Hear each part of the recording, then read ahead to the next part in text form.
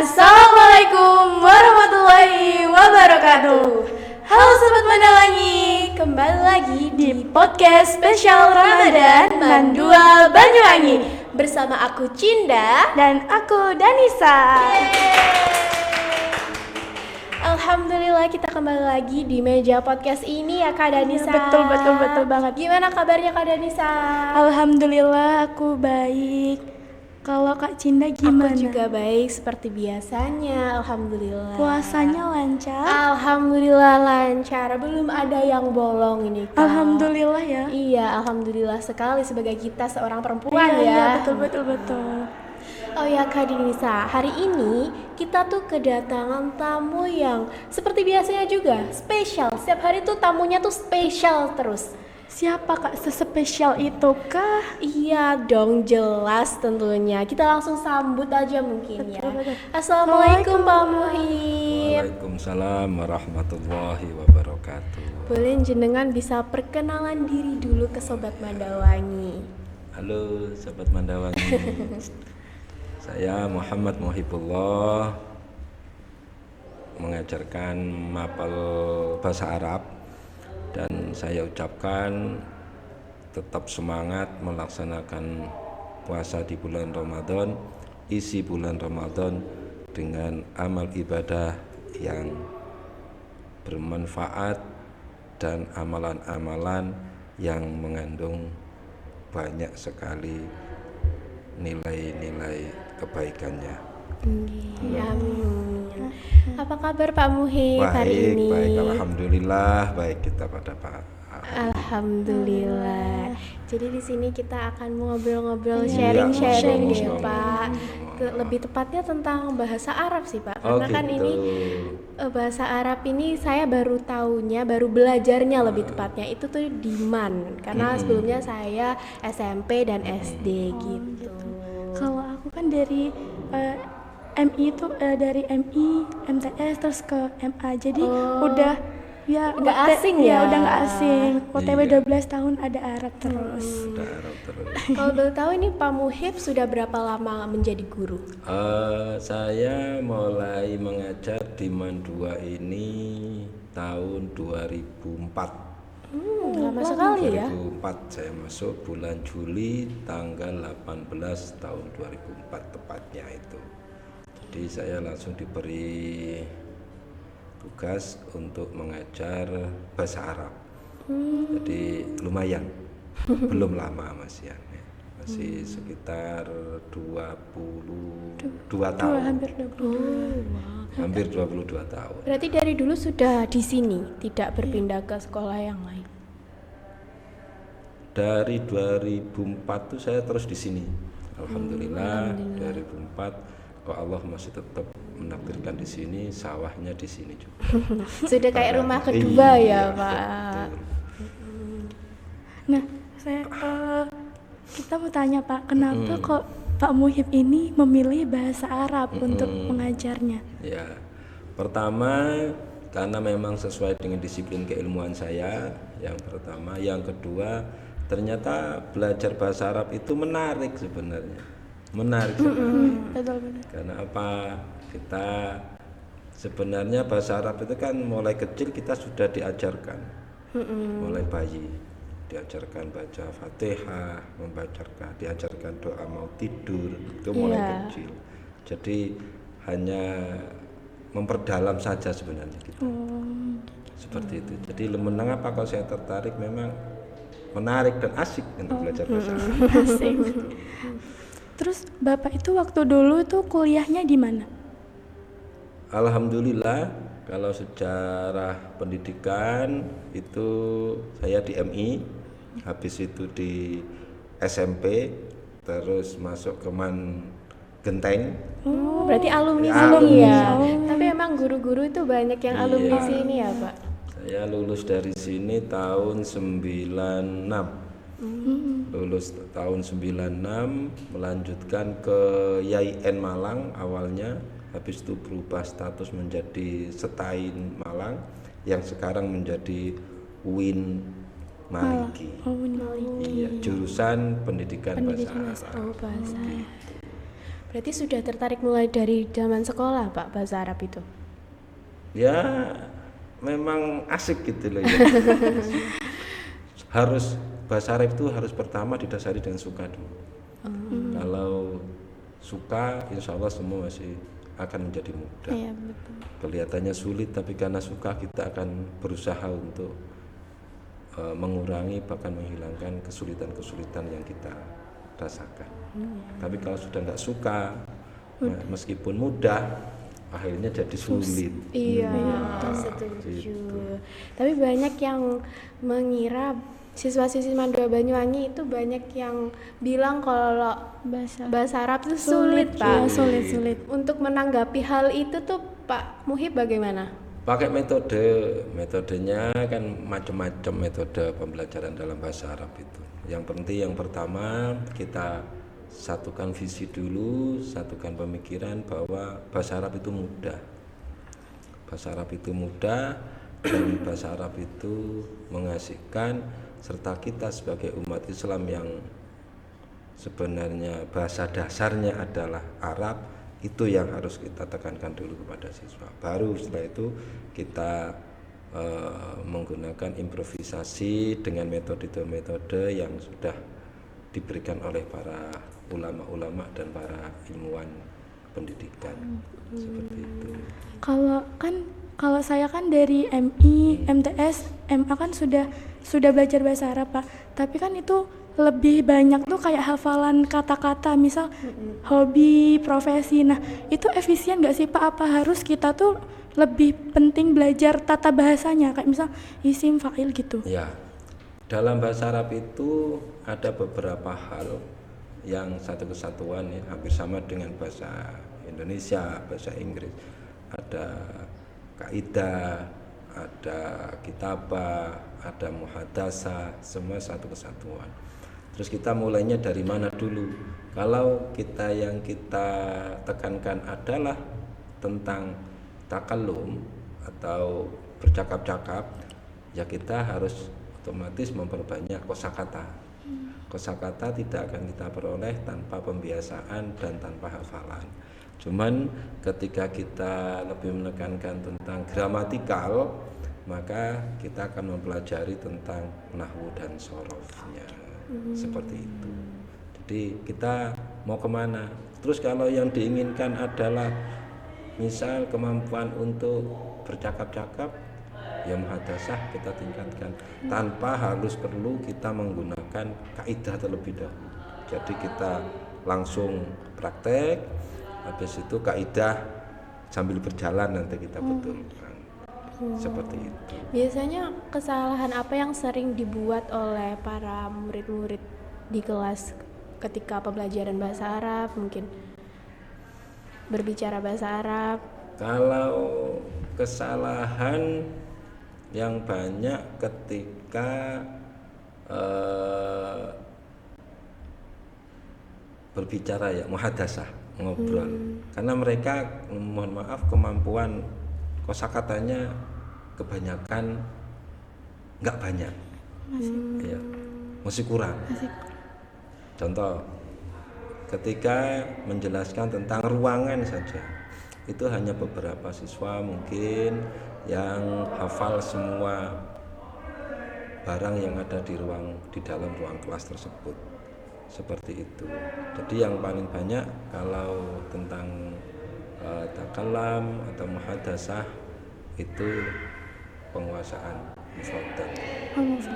Sama seperti bahasa Inggris itu kalau nggak banyak kosakata yang dikuasai kan juga merasa kesulitan juga. Seperti itu. Terus gimana metodenya Pak yang paling cepat buat bisa belajar bahasa Arab gitu? Dari segi yang mana dulu ini? Apa dari sisi gramatikal, sisi muhadasah, atau sisi qiraahnya? Biasanya tuh kita lebih kayak susah buat bingung mau nyusun kata-katanya. Iya, menatanya itu. Kalau menyusun kata berarti kan ke gramatikal.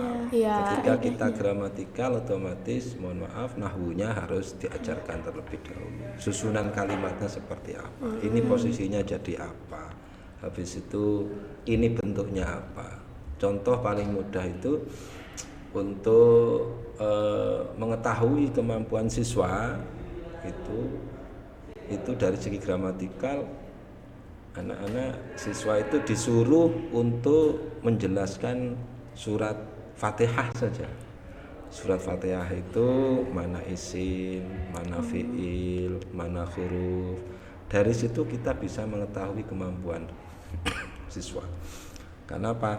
Kalau siswa sudah mampu memetakan, oh ini isim alasannya ini isim tandanya ini huruf, mengapa kok huruf, dia bisa menjelaskan, dia bisa menjawab, maka otomatis kedepannya akan lebih mudah lagi. Terus kalau di samping itu nanti kita langsung ke arti, terjemahnya. Coba terjemahkan bahasa Arab ke dalam bahasa Indonesia surat Fatihah itu. Ketika anak sudah mengetahui dan tahu itu, mereka berarti sudah memiliki beberapa kosakata yang dikuasai seperti itu. Nah, bahasa Arab ini kan menurut saya sangat unik ya, Pak. Menurut Bapak tuh keunikan bahasa Arab ini dibanding bahasa-bahasa yang lain tuh apa, Pak? Mohon maaf, bahasa Arab ini termasuk bahasa yang mengasihkan gitu. Mengasihkan betul. Memang semua bahasa itu pasti punya bagi setiap orang pasti ada perasaan suka dan tidak suka. Pasti mungkin karena keterbatasan sesuatu hal yang ia mampu gitu ya. Ya, mengapa kok bahasa Arab itu menarik?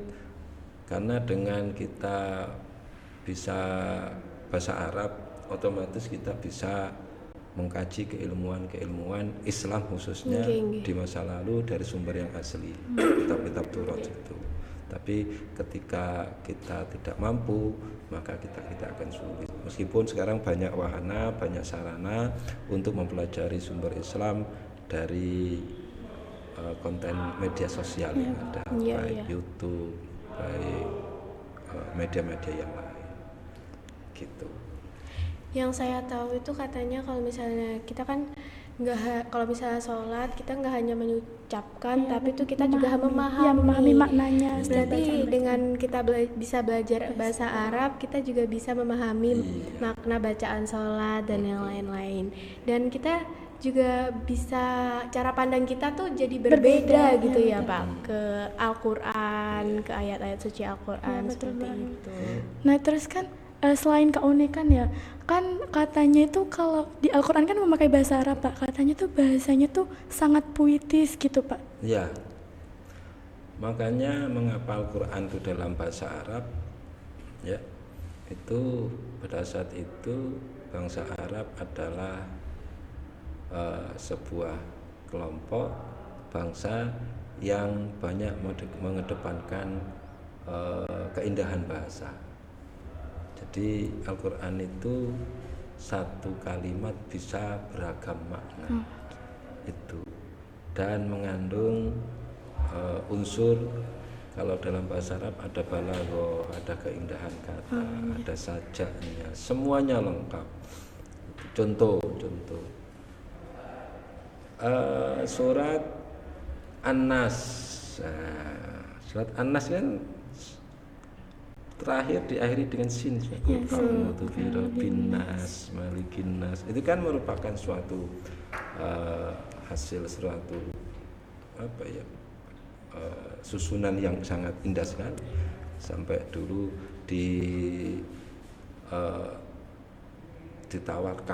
ditantang orang-orang Arab itu untuk membuat sebuah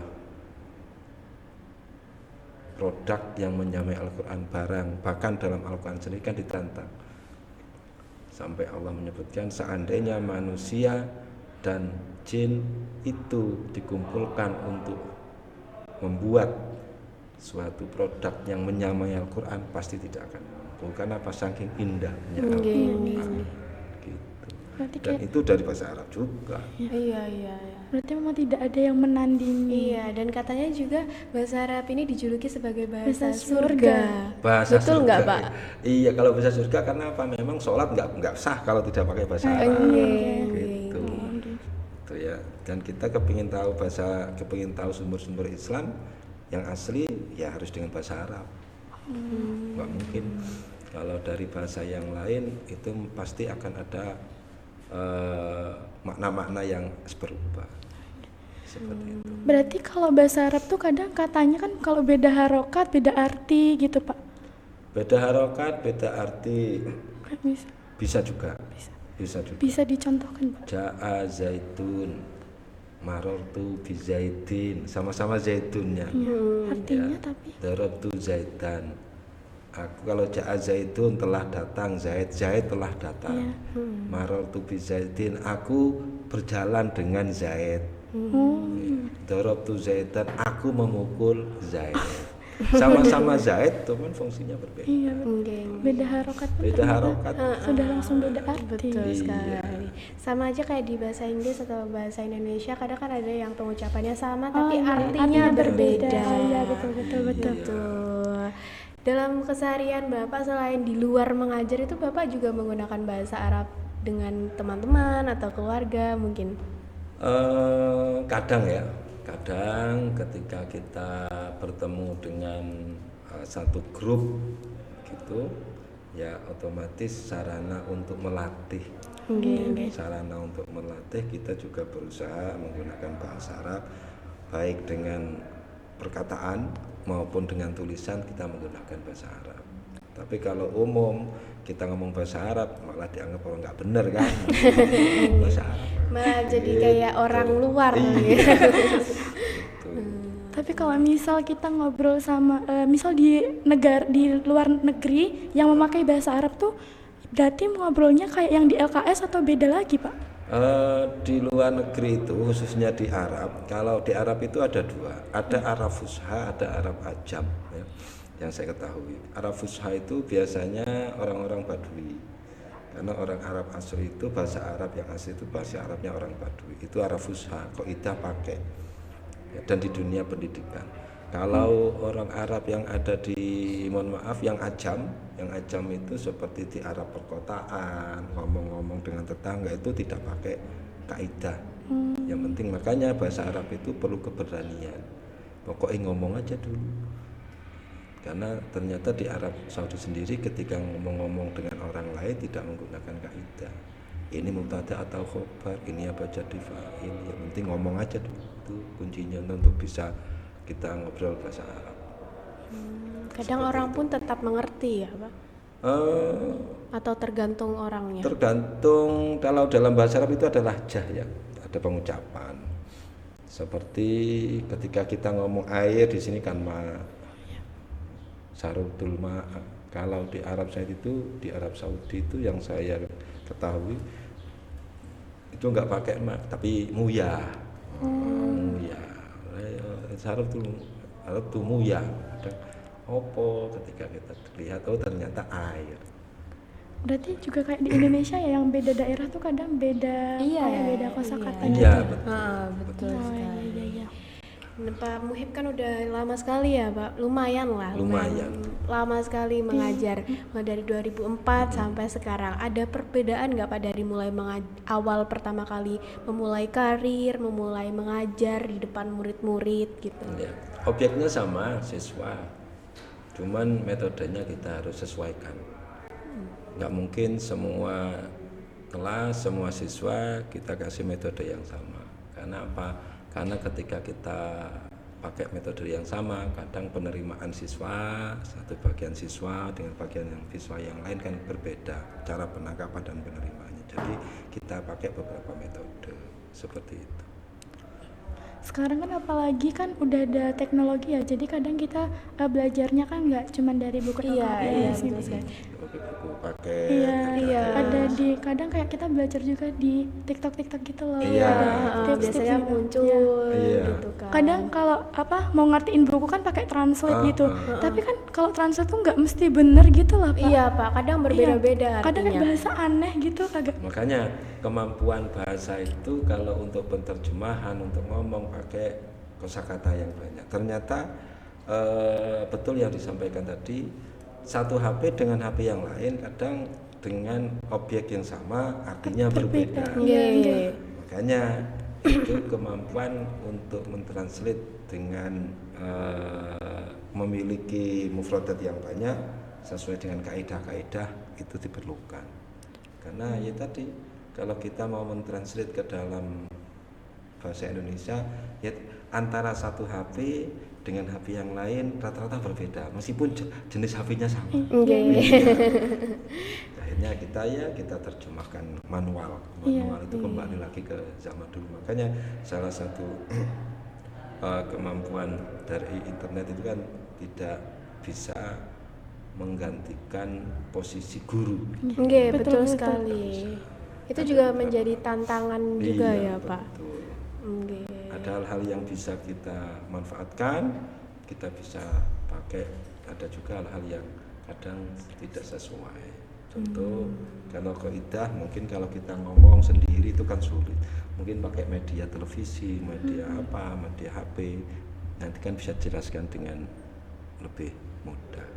Betul sekali. Nah Kak Denisa, sebenarnya kita udah cukup lama Pak ngobrol, Mbak. Kita jadi tahu gimana metode pembelajaran yang tepat untuk memulai belajar bahasa Arab gitu. Terima kasih Bapak sudah telah hadir, meluangkan waktunya untuk hadir di podcast Madura Banyuwangi. Semoga Bapak sehat selalu. Amin. Yang jangan lupa puasa kita isi dengan sesuatu yang lebih bermanfaat. Betul sekali. Nah Sobat Mandawangi juga terima kasih sudah menonton podcast kita kali ini. Jangan lupa apa Kak? Like, comment, dan Subscribe. Terima kasih dan wassalamualaikum warahmatullahi wabarakatuh.